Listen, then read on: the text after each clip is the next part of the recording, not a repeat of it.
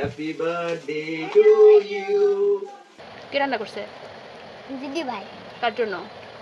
আমার জন্য।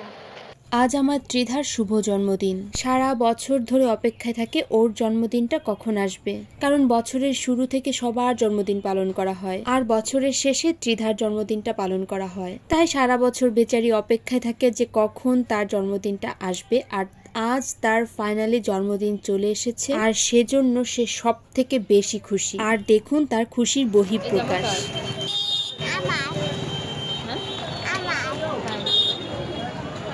ত্রিধার জন্মদিনের জামা যেহেতু কেনা হয়ে গিয়েছে, এখন তার মন অনেক শান্ত, কারণ সকাল থেকে তার জন্মদিনের জামা কখন কিনতে যাওয়া হবে, তার জন্য কেক কখন নিয়ে আসা হবে, এগুলো নিয়ে সকাল থেকে সে আমাকে অনেকক্ষণ ধরেই প্রশ্ন করছিল। কিন্তু আমি রান্না বান্না শেষ না করে তো বের হতে পারছিলাম না, তাই রান্না টান্না শেষ করে ওকে নিয়ে বের হয়ে পড়েছি, মানে সৃজাকে আর ত্রিধাকে নিয়ে বের হয়েছি জামা কেনার জন্য।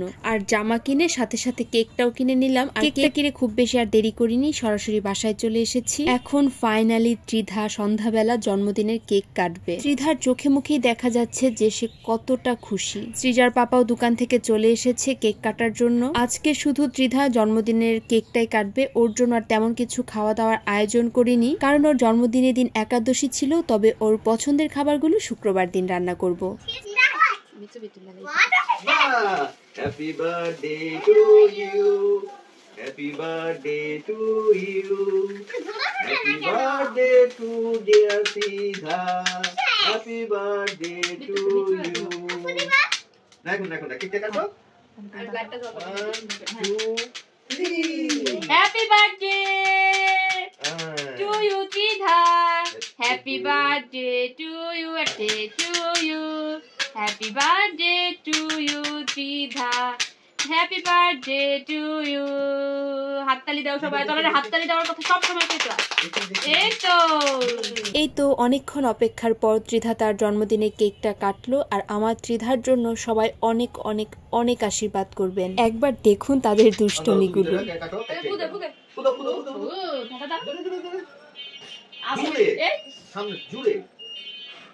জন্মদিনের একটা মোম ফু দেয়া নিয়েও কি আনন্দ, দেখুন তার আরেকটা জিনিস দেখাই।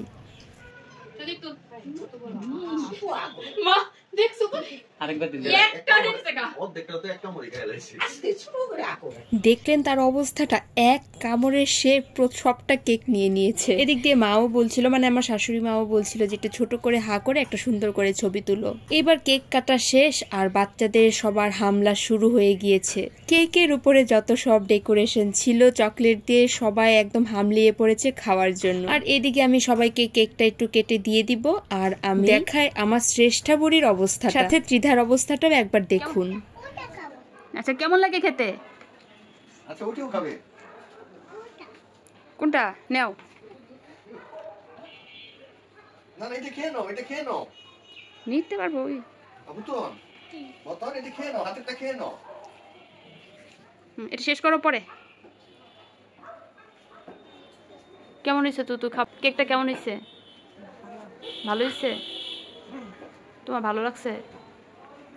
আচ্ছা, আমার বাচ্চাদের কাছে কোকো মায়ের কেক সবসময় বরাবরই অনেক ভালো লাগে, তাই আমি সেখান থেকে কেক আনি। এই তো আজ শুক্রবার আর ত্রিধার জন্য জন্মদিনের খাবারগুলো রান্না হয়েছে। তার ডিমান্ড ছিল সে রোস্ট পোলাও খাবে। রোস্ট তার কাছে ভীষণ প্রিয় খাবার। ত্রিধার জন্মদিনের খাবার ত্রিধার কাছে কেমন লাগলো সেটাই একবার শুনুন। আজকে আমার হ্যাপি বার্থডে। আজকে জন্মদিনের খাবার খাবে, সেটাই বলছি সবাইকে। তো খাবারটা কেমন হয়েছে? ভালো। কে রান্না করছে? দিদি ভাই। কার জন্য? আমার জন্য। তুমি ভালোবাসো বলে? ভালো লাগছে খাবারটা? পাপা বলছে আজকে শুক্রবার রান্না করতে। আজকে তো শুক্রবার, এই কারণে রান্না করতে দিছে। তাই? রোস্টটা কেমন হয়েছে সেটা বলো। অনেক ভালো, অনেক ভালো হয়েছে। কার রোস্টটা বেশি ভালো হয়, আমারটা না দিদি ভাইয়েরটা? কারটা ভালো হয়েছে বেশি? দিদি ভাইটা। দিদি ভাইটা। আচ্ছা ঠিক আছে। আর কার পোলাওটা স্বাদ হয় বেশি, আমারটা না দিদি ভাইয়েরটা? তোমারও দিদি ভাইয়ের। আমারও দিদি ভাইয়েরও। হ্যাঁ, আর রোস্টটা তোমারও ভালো, দিদি ভাইয়ের ভালো, দুজনের সেম। দুজনের সেম। আচ্ছা। আমার ত্রিধার কাছে তার দিদি ভাইয়ের রান্না করা খাবার ভীষণ ভালো লাগে। আর এমনিতেও আমার শাশুড়ি মায়ের হাতের রান্নার স্বাদ বলে বোঝানো যাবে না। যাই হোক, আজকে ভিডিওটা আমার এই পর্যন্তই। আমার ভিডিওটা কারা কোন জায়গা থেকে দেখেছেন আর ময়মনসিংহ থেকে কারা দেখেছেন তারা কিন্তু অবশ্যই কমেন্ট বক্সে জানাবেন। তো আজকের মতো এইখানেই, সো টাটা।